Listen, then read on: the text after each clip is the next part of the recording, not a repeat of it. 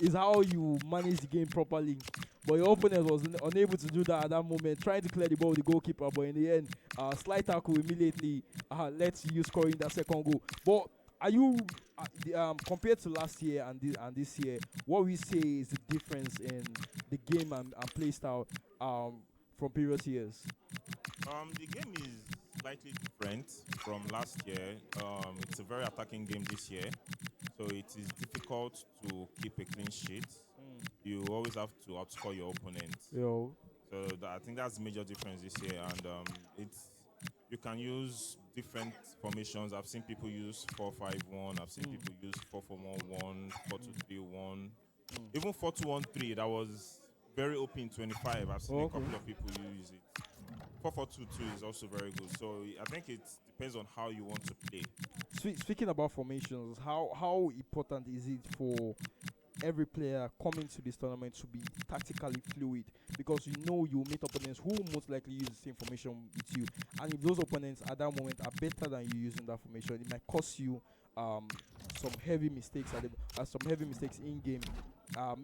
Maybe even leading to a route to your player scoring, the person scoring more than 5 goals against you. But how are you able to counter certain formations, making sure that you're always prepared no matter what comes out?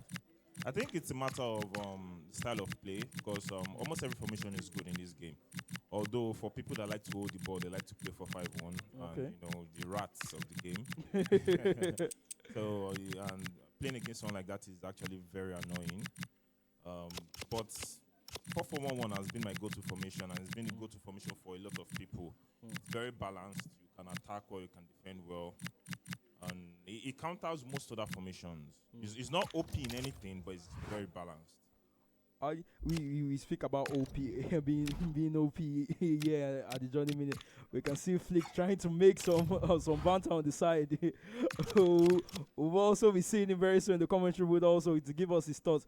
But the as it is today right now, there are 2 slots already booked. One for Farouk Manzo and one for the Ultimate Champion for last season. For season 1, himself.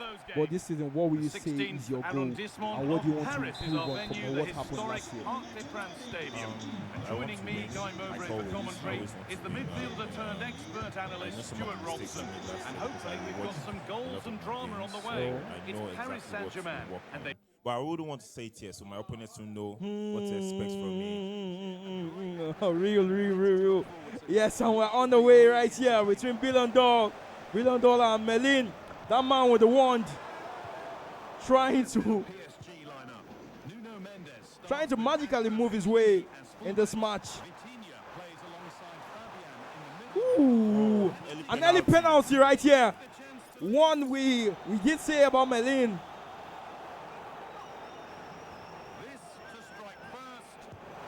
Ooh! One thing I really don't like about the penalties, there are certain times where it almost feels like it's impossible to catch at all.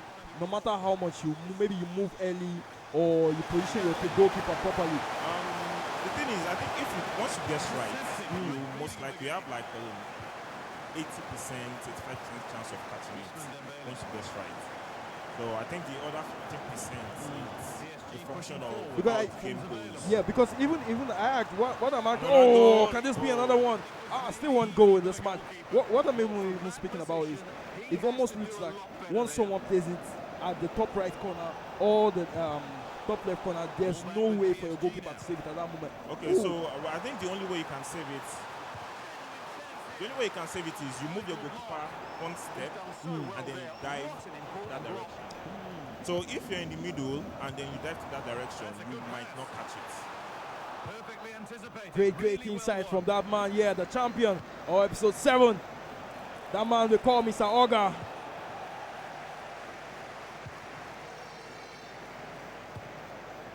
I think billions dollars has been the attacking player out. Yes. Ooh, the finesse shot coming up right there, but that one didn't quite go in. For you, we'll be speaking about, we know how play style oriented the game is right now. But what will you say are the top play styles that you really enjoy in this year's game? I think play styles are very important, but then the position is also matter. So for a defender, the centre back. I think the best play style is intercept. Yeah. For a midfielder, I would go with Taka. And then for the striker, you mentioned the intercept play style right there. That's something that's not actually available for most defenders in this 95 rated mode. So I know some people associate yourself with the defensive play in the game, but how have you been able to adapt to the level of attacking play that has happened in this year's game? In this 26, I know what I try to do is I try to outscore my opponent. I try to enforce my game because it's very difficult to defend in this game. It's so difficult. So we see games ending with somebody scoring like 9 goals, 10 goals. And it's not like the opponent is bad, but it's just the way the game is. So once you outscore your opponent, I mean, I think even with 95 rated mode, with the lack of defensive play styles, that's another thing that's even put you on a disadvantage. So if you don't even close those tight spaces well, an open space right here. The fake shot right there, not coming out for Merlin ball and for $1 right here. But let's see how this one goes on the attack again with this Madrid team. Vinicius Junior, the Samba man. Bellingham, I think one thing I'll say is I've not really seen a lot of people mention Bellingham as one of those midfielders they really like in game. Would you say he's the body type, or what doesn't he just have that? People prefer the Pedris, the De Jong, even some people who were using the Barcelona team. But now an interesting option for people. Oh, what a beautiful goal! That was a beautiful goal. Merlin, the man, I did tell you, he did bring his one to the main stage, casting those spells against his opponent in the box.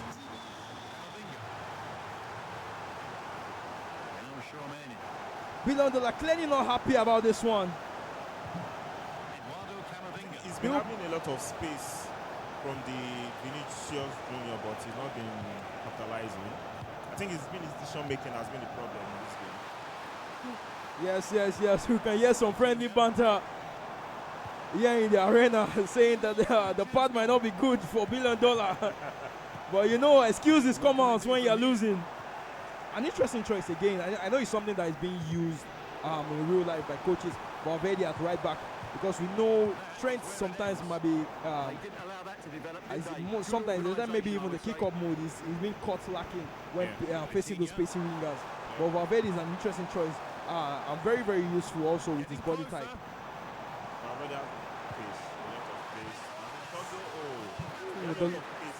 Quite aggressive. No Trent technical player, but slow. And in this game, you need your wingers, I think we're seeing a lot of defenders scoring with their foot right here with Pacho. A good corner, a good walk corner routine right here. Merlin, I did tell you that man brought his wand. It's really shaking it up right now. Yeah, so like I was saying, Trent is very good, but in game is good. So you need your wingers, whether you're attacking wing backs, your wingers, whether they are the attacking players or they are in fast. Because space matters on the wings in this game. I think one thing, I think for watching your game, I don't think you do too much of the player locks. So, but with you, we know how transitional this game is for this year, and you making sure that you're able to find those spaces. But how are you able to manage that even without the player lock being very, very useful? Ooh, nasty goal right there from Merlin. Merlin is having a field day right now. He's having a field day, said by Mr. Hoga. So I don't do player locks, but I do a lot of directional runs, which are almost as effective, if not more effective, because that's what Anders does. I mean, it's fair to say it's more effective. But then I think at the end of the day, it's about decision making the right decision in your transition. So you trigger players, and then you know when to pass at the right time. I think one thing that happened in episode 2 was we saw the use of Norwich. Someone using Norwich. That man, they call him Shaney. Unfortunately, he's not. He's not yet. Oh, 1 goal for $1 billion. I did tell you he's been able to buy a goal back in this game. Do you think there'll be a comeback in this game? No. I think it's. I don't think we can have that kind of excitement back to back, but I can be proven wrong. Ooh, the low dribbling. He almost returned the goal. And it's a short one. The man Merlin right here with that power to crown a king. Wow. And ooh, unfortunate. It's a goal. It's a goal. I know. These are the things that can really piss you off in a competition like this. Yeah. EA, those bounce backs you were speaking about before, that ball come back to your opponent at that moment. There's really no reason why that ball came back to your opponent. It's so annoying. Like you have more defenders, and then in the end, it's the opponent that still gets the ball. The attacker. I don't understand how that works. You can say maybe. Merlin is so locked in right now. You can say EA. You can say EA are clearly against some people. But I can give you one more. We did tell you that we have some blockbusters going on right here in the arena, aside from the match on the main stage. I can tell you right now, it's the match between Chuk Jr. and Hanif. It's currently 3-1. Hanif currently leading that one against Chuk Jr. But I can also tell you that right now, that's man Tommy is currently playing 2-2 against Novice. Novice hasn't really had it going his way today in the tournament. He was leading 2-1 in that match, but Tommy has been able to get back in right into that game. But ooh, was that the offside? That was offside. There was really no reason for him to pass the ball at that moment. But yeah, he should have just gone and shot the ball. A lot of things was going through his mind at that moment. Currently losing by 4 goals. But that's the thing, sometimes when you're scoring too many goals, you begin to doubt yourself. Moving the defender out of space right there. And then Bailey, the ballon d'or, the man Merlin, anytime he shakes out his wand, he's enjoying goals himself. comes.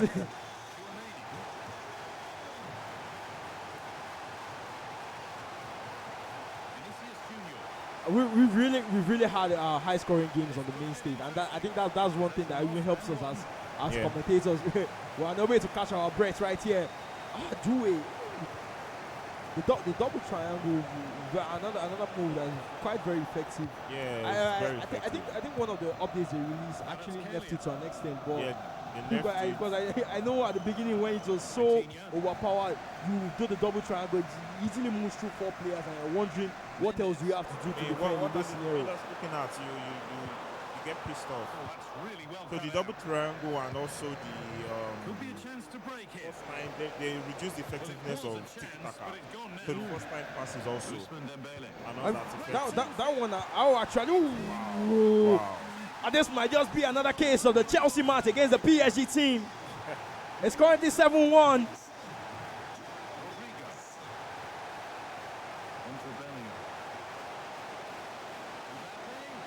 Ooh, a penalty right there.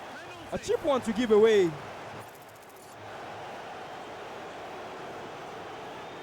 Mbappe!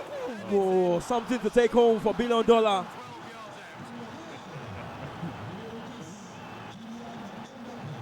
Just to reduce the goal difference. Hopefully he's able to qualify for the league standings. He actually needs goal difference at this point.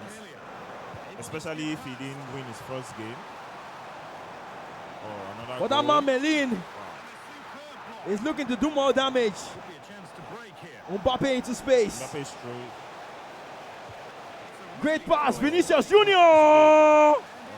That is, I did say $1 billion has some currency in his bank.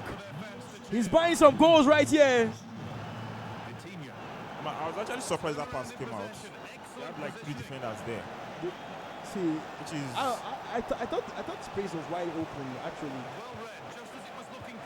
$1 billion might be too late to get one more goal. It's too late already. But that man Merlin is telling his opponent, I see I have something for you. Oh, I did tell you that man. Oh, that was a Merlin, the straight face.